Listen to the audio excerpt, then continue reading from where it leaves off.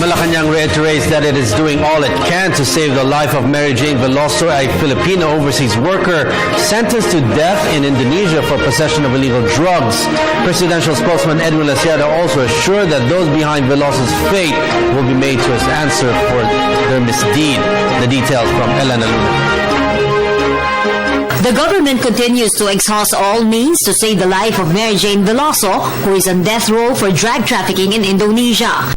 The Aquino has written 3 letters to the Indonesian government, the last of which is seeking clemency from Indonesian President Joko Widodo. We're requesting for executive clemency. We are, because it's the laws of that country which were violated. We can only promote, we can only request, we can only convince them of the rightness or the justness of the case of Mary Jane Veloso.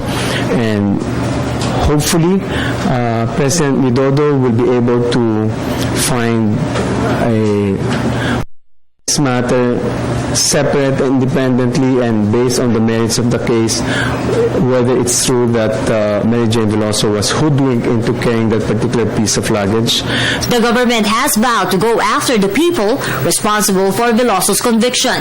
Malacanang revealed PDEA, or the Philippine Drug Enforcement Agency, is holding information on the syndicate who took advantage of Veloso. This is a law enforcement operation. We've identified who is the recruiter, and certainly we will go after the recruiter who caused a drastic change in the life of Mary Jane Veloso. That we will not countenance putting a Filipino who wanted only to have a decent working job elsewhere and putting her in harm's way. We will go after those people responsible in doing this dastardly act of sacrificing Mary Jane Veloso to do these acts which she herself was not aware of. So we will go after them.